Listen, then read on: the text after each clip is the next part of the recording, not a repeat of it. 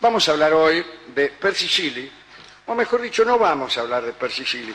Hablaremos de unos papeles que habían pertenecido a Shelley.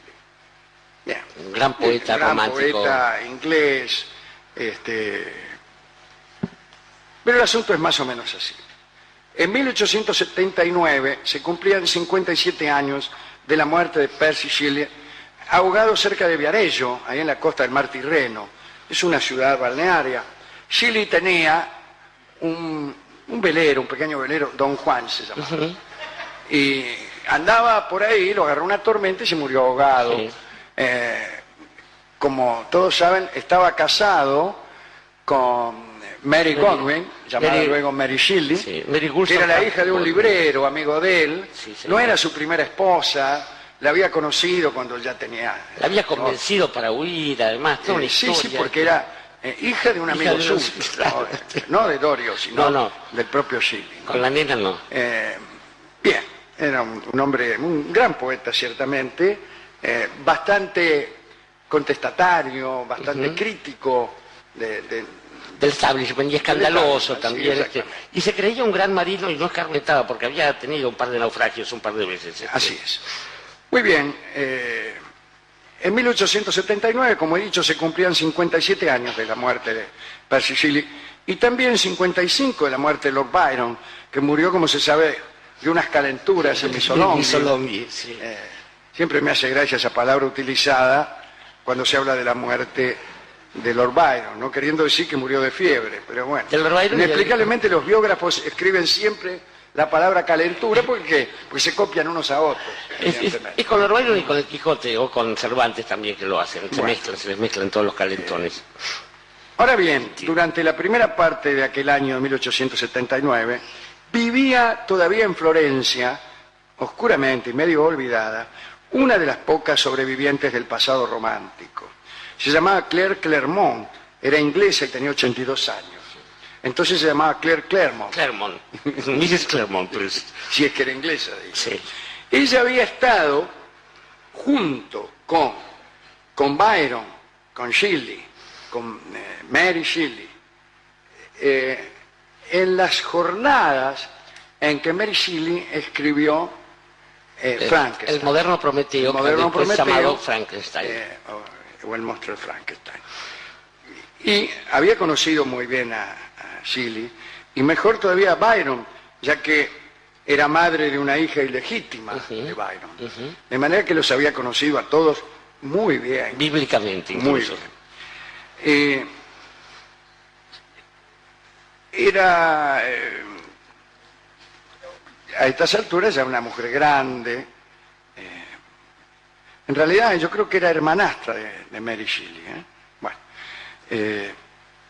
solo algunos adoradores del poeta sabían que Claire aún vivía. Uno de ellos era un marino retirado de Salem, Massachusetts, que se llamaba Edward Augustus Sileski, un apellido polaco. Y Sileski era un fanático de todo lo que Shelley había escrito, pero también de todo lo que Shelley había poseído o tocado. Cuando se enteró de que todavía vivía una mujer que había estado con Percy y Mary Shelley, viajó a Italia para conocerla a toda velocidad. Claire Clairmont se había convertido en una persona hosca que no quería ver a nadie. Compartía una habitación en el número 43 de la Vía Romana en Florencia con una sobrina llamada Paula. Paula había nacido en Viena, era soltera y muy fea.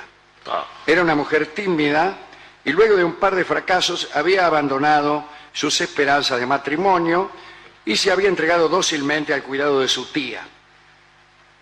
Muy bien. Claire, desde luego, amaba el recuerdo de Shelley. En verdad, amaba el recuerdo de Shelley, pero no el de Byron. Odiaba a Byron porque las cosas habían terminado mal con él. Junto a un crucifijo que colgaba por ahí, tenía el retrato de Percy Shelley. Conservaba también 2 valiosos cuadernos de notas en los que Percy y Mary Shelley escribían. Y también tenía más de 2 docenas de cartas personales que le había escrito Shelley. y un mechón de pelo del poeta que guardaba en un pequeño estuche de tafilete rojo. Estos fueron los irresistibles recuerdos que movieron al capitán Zilewski a trasladarse a Italia. Tenía pensado pedir, comprar o afanar esos objetos. Eso es un fan. Se había preparado para la difícil tarea, no solo de conocer a la anciana, sino de ganarse la confianza y de preparar un plan para hacerse con aquellos recuerdos. En verdad, la caza de recuerdos de Chile había empezado para el capitán Zilewski algunos años antes. Había conseguido en realidad una sola cosa, que era una guitarra que Chile había tocado una vez en casa de una novia. O sea, nada, porque ni siquiera era de Chile la guitarra, sí, si es que no eran todas mentiras. Sí. Bueno, llegó a Florencia Zilewski, se presentó ante la patrona de la casa del número 43 de la Vía Romana y solicitó alquilar una habitación o dos. Había lugar y entonces se trasladó inmediatamente allí y se convirtió en vecino de Claire Clairmont y de su sobrina, que ocupaban otras habitaciones, claro, con una pequeña casa de departamento. El capitán Zilewski, después de largas semanas de adulación y de favores, logró ganarse la confianza de estas dos mujeres e incluso la admiración. Ellas no sabían, desde luego, cuál era el propósito de Zilewski. Zilewski tenía un aspecto de antiguo pirata, ¿no? Y se la pasaba contando historias exageradas de sus aventuras en los mares de la China. Como ejemplo, sí, cuento una de las aventuras. Una vez contó que unos chinos lo habían tirado dentro de un tonel de aceite y por ese motivo, habiendo tenido toda su vida rulos, le había quedado el pelo lacio para siempre. Es una historia extraordinaria. Bueno, mientras contaba esas cosas, miraba por toda la habitación a ver si se topaba con los cuadernitos y las cartas de Chile. Zilewski estaba tan obsesionado que jamás se alejaba mucho de la casa por temor a que la propietaria se muriera en su ausencia. Qué bárbaro. Bueno, un día Zilewski se puso a recitar algunos versos de Chile. Todavía nunca le había dicho nada a la vieja, ¿eh? Nada. Claire lo escuchó y encantada le permitió, a modo de confidencia, ver y leer las cartas que Chile le había escrito. Zilewski no podía creer lo que leía y lo que veía. Supo, de todas formas, que la mujer no tenía intención de separarse de aquellos tesoros mientras viviera. Y empezó a esperar que se muriera, a falta de un plan mejor. Dice, bueno, voy a esperar que se muera esta vieja. Bueno, pero la anciana seguía viviendo. Entonces, un poco desanimado, Zilewski decidió abandonar su vigilancia y hacer un breve viaje a los Estados Unidos. 19 de marzo de 1879. Ni bien llegó a América, se enteró de la muerte de Claire Clairmont. Un visionario el tipo, sí. Pegó la vuelta, cazó un barco y regresó a Florencia. Cuando llegó se encontró con Paula, la sobrina, la fea, en la misma habitación. Y allí Zilewski le rogó que le vendiera los recuerdos de su tía. Y se produjo entonces una complicación. La sobrina Paula se había enamorado del capitán y lo sometió a un chantage. Qué lindo que suele decir. Dicen los cronistas, la mujer, entrada en años y provista de muy pocas de las gracias que atraen a los bucaneros, le declaró su amor y le propuso un trato, Ya me imagino. El trato era el siguiente: los manuscritos pasarían a propiedad de Zilewski si él la tomaba como esposa. Contrato de O sea, año. casate conmigo y te haces con los manuscritos. El capitán quedó estupefacto. Él creía que estaba preparado para soportarlo todo, pero de repente el precio resultó demasiado caro. Hasta el último centavo de sus ahorros, sí, pero casarse con aquella mujer, nunca. Bueno, Tras la propuesta de Paula, el capitán Zilewski pidió un tiempo para pensarlo. 15 años. En realidad se trataba de un plan para ver cómo la burlaba. Zilewski siguió frecuentando la casa de Paula, tenía con ella largas charlas, le suplicaba paciencia, y mientras, como lo había hecho antes, observaba, miraba toda la habitación, a ver dónde podían estar las cartas y el cuadernillo. Un día, Paula fue al mercado. Zilewski empezó a revolver, abrió una mesita de luz y encontró lo que buscaba. Bien. Y se sorprendió por hallarlo tan fácilmente, ¿no? Era un cuaderno de notas de 150 páginas en el que Percy y Mary Shelley habían escrito su poema. Y se lo afanó. Salió rajando y hizo lo que cualquiera, ¿no? Sí, Agarró el cuaderno, lo encanutó y salió rajando. Después se subió a un barco que lo llevó a Estados Unidos. Y en el barco empezó a mirar el cuadernito y encontró una nota. Una nota que decía: me alegro de que lo haya encontrado. Un poco de orgullo me llevó a esconderlo. El cuaderno le pertenece. Suya, Paula. Me está gustando. Zilewski llegó a Estados Unidos conmovido y no pudo quedarse con el cuaderno. Entonces lo entregó a la Universidad de Harvard y ahí está, en la biblioteca de Harvard. En junio de 1887, el capitán Zilewski pronunció una conferencia entre 400 socios de la Fundación Shelley, que se había fundado en Londres. Suscitó un enorme interés al referir las historias contadas por Claire Clairmont. En 1900, gozando del prestigio de haber conocido a Claire, Zilewski posó para un retrato al carbón que luego se colgó en la biblioteca de Harvard.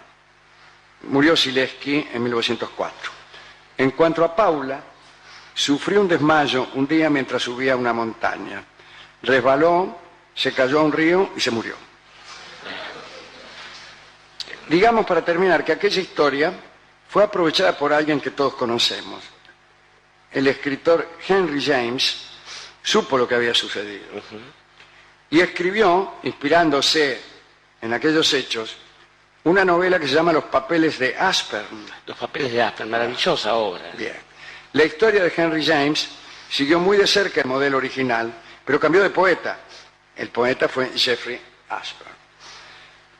Bueno, y este es el final de la historia de los papeles, de las cartas, de Shelley, de Claire Clairmont y del capitán Zilewski, que se arrepintió del chacamento al ver la inocencia y la bondad de aquella mujer que había ido al mercado nada más que para facilitarle el choreo.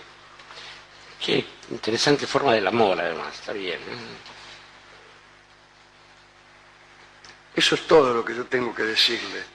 Me quedé un poco sorprendido porque Zilewski, que ya era un observador de este grupúsculo de muchachos y de muchachas, que son como el corazón del romanticismo, en tanto escuela de pensamiento, no solamente en términos literarios, sino en términos de ideales, y eran gente que tenía, amén de su vocación por la exageración, por el lujo y por formas barrocas del lujo, un poco oscuras, un poco ominosas, un poco incluso crípticas para el resto del mundo, eran gente que hacía de su vida una combinación interesante con la palabra.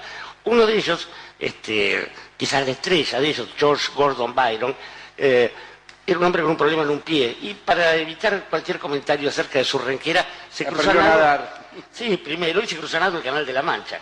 Y ante la injusticia de que el Imperio Otomano estuviese en Grecia, fue a combatir por la libertad de Grecia, se hizo ¿Dónde es héroe nacional? Es un héroe nacional, efectivamente. Hay un bello retrato de él, que se lo puede ver todavía en Atenas y en los pequeños museos Byron que hay por ahí.